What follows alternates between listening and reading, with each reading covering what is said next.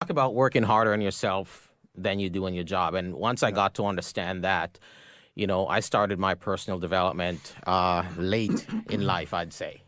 I should have really paid more attention earlier. But once I understood it and, in the way Jim Rohn came across with it and came so simple, how does that, what does that impact, how does that impact you? Personal development? Yeah.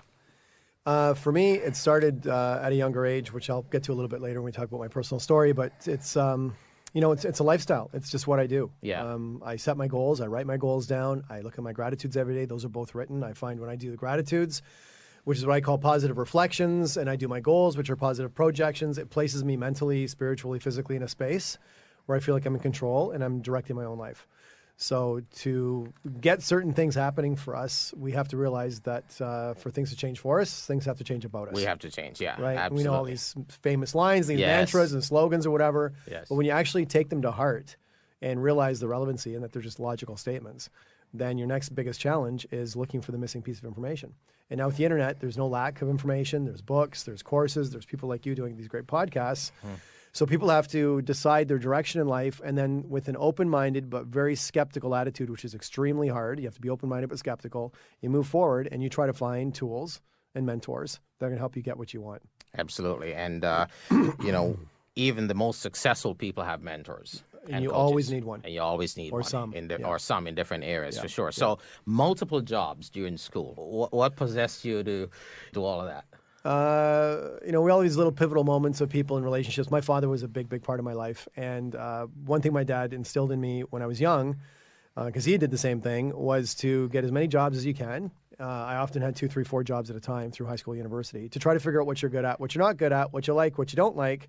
So when you end up actually at a certain age, you're ready to attack the workforce on a full-time basis, you already have some idea of your own tendencies. Yeah, so those are good lessons, during, because sometimes my own kids had 2 or 3 jobs now, and they're going through their phases of learning what they like, what they don't like, and how the real world works. Exactly. In terms of what's required for success. So, Yeah. And we go from that to some sudden massive wake-up calls that you had in your lifetime. So, so tell me, as your quote says, that you were forced to evolve or dissolve. Yep. And you made some choices. So tell us about that part of your success journey. So those formative years, late teens, early 20s, all kinds of different things, jobs, lots of sports always involved in my life, always stayed out of drugs and kind of trouble that way, had lots of diverse friends. When I hit about 16, I kind of lost touch with some of my family, some personal stuff there. Nothing unusual for teenage guys. Yeah. It's typical stuff. I don't know if it's testosterone or stubbornness or all of it. But anyways, so I Usually disconnected. it's all of it. It's all of it. Bad friends, bad girlfriends, all that stuff. So I just started to disconnect from my family. Yeah. And that was hard on me because I was very close with my family. I've got a Italian European background. Yeah. So that was a bit of a distancing, and then I got engaged. And when I got engaged when I was 22, she is still my wife, and we were good friends in high school. She got Hodgkin's disease. Yes. At that time, there was not really a big success rate with that. So I didn't know what was going to happen. So that was a real kick in the ass. So we continued to plan the wedding and all this stuff, and she's going through her cancer treatments, and we're trying to finish university. I dropped out of my last year of university to help her with that. And then shortly after we got married, my best friend died from a brain aneurysm. Wow. Yeah, on Friday, October the 13th. He was only 22. Had no idea he had that. You don't know you have these things very often.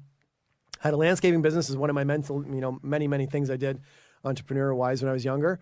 And my property maintenance landscape business, about a year and a half later or so, I think my business partner died from lung cancer. Jeez.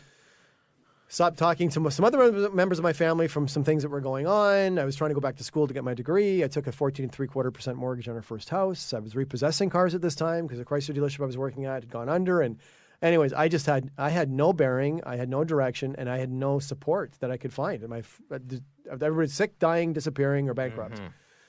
So one day at that time, I was working for GMAC, actually, who's now no longer around. I got hired there when I was like 20, almost 23. And was doing repossessions and this type of stuff and credit. And I hated my job, and I was making good money. And I found a posting in the office that required 6 days a week travel. I didn't know what the job was. I didn't care. I wanted to travel. You just wanted to travel. So I had to run and escape and get away. And just literally accidentally fell backwards into a training position because I'd worked at a dealership before. I was now in corporate. They were starting to roll out a training program. And what I didn't know what happened was I really got introduced to the sales industry, sales development industry, and personal development. And it was exactly what I needed. It was fresh answers for me. It was fresh skills. Perspective, Yeah. new people, mentors, successful people. I had never been exposed to that before.